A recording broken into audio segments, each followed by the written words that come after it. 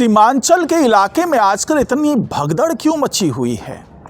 क्यों वहाँ के जो माननीय विधायक हैं वो भी अब सम्राट चौधरी से पहले तो अनुनय विनय करते हैं और अब चेतावनी भरे अंदाज में बोलते नजर आ रहे हैं, अल्टीमेटम देते नजर आ रहे हैं।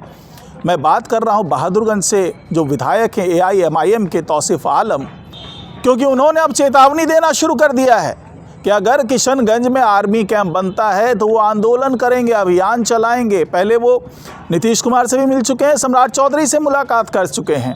तो ऐसी स्थिति में ये अल्टीमेटम देने की वजह क्या बन रही है और क्यों किशनगंज के इलाकों में अब आर्मी ने गश्त करना शुरू कर दिया है? बॉर्डर सिक्योरिटी फोर्स ने वहाँ पर अब गहन छानबीन शुरू कर दी है, जमकर वहाँ पर अलर्ट मोड में क्यों आ गई है ये सभी जो, चाहे आर्मी की बात कर लें चाहे हम BSF की बात कर लें। तो इसी पर चर्चा होगी आज के इस वीडियो में, तो इस वीडियो को आखिर तक जरूर देखिएगा। नमस्कार, मैं हूँ डॉक्टर सुरजीत सिंह और आप देख रहे हैं YBN बिहार झारखंड। अगर आपने अभी तक इसे सब्सक्राइब नहीं किया है, सब्सक्राइब कर लीजिए और अगर आपको ये वीडियो अच्छा लगे तो लाइक कीजिए, शेयर कीजिए और कमेंट जरूर कीजिए। तो आर्मी ऐसे अचानक क्यों अलर्ट मोड में आ गई? क्यों BSF के जवान अब किशनगंज के आसपास के इलाकों में घूमते हुए नजर आ रहे हैं, गश्त करते हुए नजर आ रहे हैं?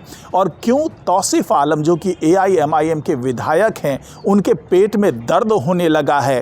क्यों वो नहीं चाहते हैं कि किशनगंज में आर्मी कैंप तैयार हो? तो उसके पीछे बड़ी वजह है। तो इन वजहों पर अभी चर्चा करते हैं और ये समझते हैं कि आखिरकार गश्त क्यों है और क्यों इसका विरोध भी हो रहा है। तो बांग्लादेश में जिस तरीके से हिंदू नौजवान के ऊपर प्राणघातक हमला होता है, उसे जिंदा जला दिया जाता है, उसके बाद से सब तरफ एक तरीके से कहें कि इसके विरोध में मार्च शुरू हो चुका है, इसका विरोध किया जा रहा है, आंदोलन किए जा रहे हैं। विश्व हिंदू परिषद कई जगहों पर अलग अलग इलाकों में जाकर के आंदोलन करता हुआ नजर आ रहा है। तो इसी दौरान किशनगंज में अचानक हलचल तेज हो जाती है। हलचल तेज होती है, हालांकि ये मुद्दा पहले से गरमाया हुआ था कि वहाँ पर आर्मी कैंप तैयार होगा, वहाँ पर उनके प्रशिक्षण का केंद्र तैयार होगा और इसका विरोध लोकसभा से लेकर के पटना तक में हो रहा है। पटना में तौसीफ आलम मिलने जाते हैं, बहादुरगंज के विधायक हैं। उसके अलावा कुछ धामन के विधायक हैं, वो भी जाते हैं। AIMIM के जो 5 विधायक हैं वो पहुंचते हैं मिलने के लिए नीतीश कुमार से। उसके बाद वो जाते हैं सम्राट चौधरी से मिलने के लिए। सब जगह डिमांड यही कि भाई यहाँ पर जो किशनगंज में प्रस्तावित है आर्मी कैंप बनना, उसे रद्द कर दिया जाए। बहाने कई हैं, लेकिन सच्चाई क्या है? क्योंकि लोकसभा में जिस तरीके से वहाँ के सांसद किशनगंज के मोहम्मद जावेद जो कि कांग्रेस के विधायक सांसद हैं, वो इस मामले को उठाते हैं, तो ये समझ में आने लगता है कि कोई ना कोई वजह तो है। बिना वजह इस तरह से हंगामा तो नहीं बरप सकता। और यही वजह जब तलाशते तलाशते लोग जब तलाश की जा रही थी, चाहे वो सम्राट चौधरी हों, चाहे जो दूसरे तमाम मंत्रालय के हैं, चाहे वो खुफिया विभाग हो, तो कई चौंकाने वाले खुलासे हुए। खुलासे ये क्योंकि जिस तरीके से ये कहा जा रहा था, चाहे वो विधायक हों चाहे वो सांसद हों, ये कह रहे थे कि किसानों का दाना पानी ख़त्म हो जाएगा। वहाँ पर 200 एकड़ में जहाँ पर आप बनाने की सोच रहे हैं, वहाँ पर किसान अपनी आजीविका चलाते हैं, वहाँ खेती की ज़मीन है। अगर वो उस ज़मीन पर आर्मी कैंप बना दिया जाएगा तो वहाँ पर बड़ी दिक्कत आ जाएगी, वहाँ पे भूखों मरने की नौबत आ जाएगी। जबकि सरकार की तरफ से ये कहा गया कि भैया हम आपको सर्कल रेट से 5 गुना ज़्यादा कीमत दे रहे हैं उस जगह की। ऐसा तो है नहीं कि मुफ्त में जाके वहाँ पर अधिग्रहण किया जा रहा है, बल्कि उसकी 5 गुना ज़्यादा कीमत दे करके हम उसे ले रहे हैं। इसके अलावा जो भी प्रभावित परिवार होगा उसको नौकरी देने की बात हो रही है। तो यहाँ आजीविका से संबंधित मामले कहाँ से आ गए? आपको मैं बता दूं, अगर किशनगंज की पृष्ठभूमि को समझना चाहें आप, तो किशनगंज में लगभग 68 to 69% आबादी जो है वो अल्पसंख्यकों की है, मुस्लिम समुदाय की है। तो ऐसे में सवाल ये भी उठते रहे हैं कि अचानक यहाँ पर इतनी आबादी बढ़ने के पीछे वजह क्या है?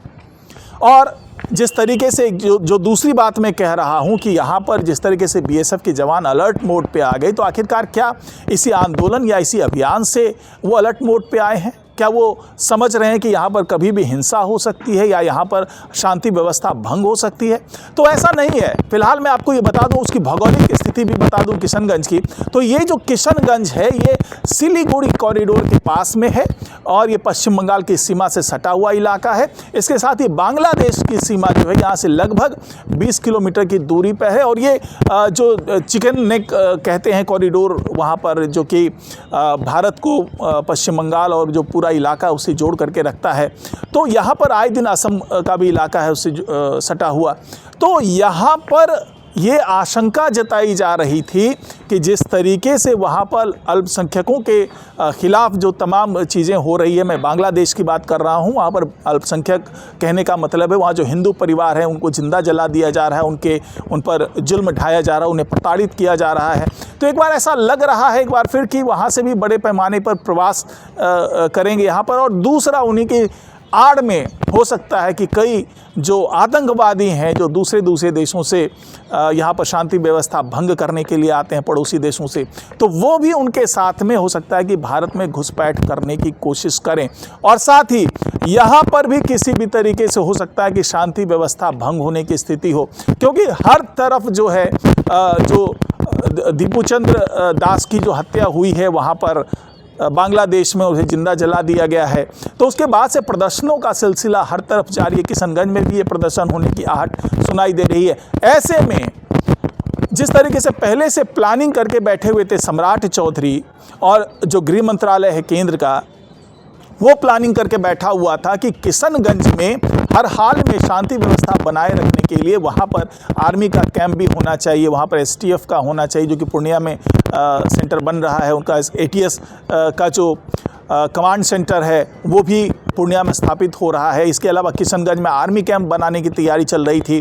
तो उसको रोकने के पीछे भी मंशा घुमा फिरा करके जो राजनीतिक गलियारे में चर्चा हो रही है वो यही हो रही है कि क्या ये लोग नहीं चाहते कि शांति व्यवस्था बनी रहे किशनगंज में, और जिस तरीके से यहाँ पर हर उस चीज़ का विरोध किया जा रहा है जो शांति व्यवस्था लागू करने में सहायक हो सकता है।